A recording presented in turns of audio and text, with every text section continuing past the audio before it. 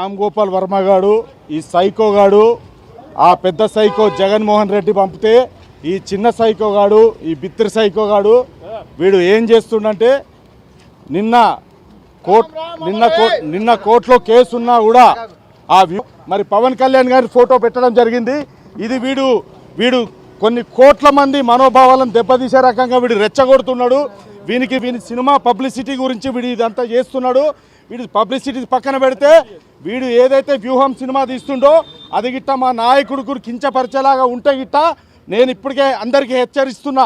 2 తెలుగు రాష్ట్రాల్లో తెలంగాణలో ముఖ్యంగా థియేటర్ యాజమాన్యులకు, లేకపోతే ప్రొడ్యూసర్ కౌన్సిల్కి, లేకపోతే డైరెక్టర్లకు, లేకపోతే ఎగ్జిబిటర్స్కి, డిస్ట్రిబ్యూటర్స్కి మేము ఒకటే చెప్తున్నాము.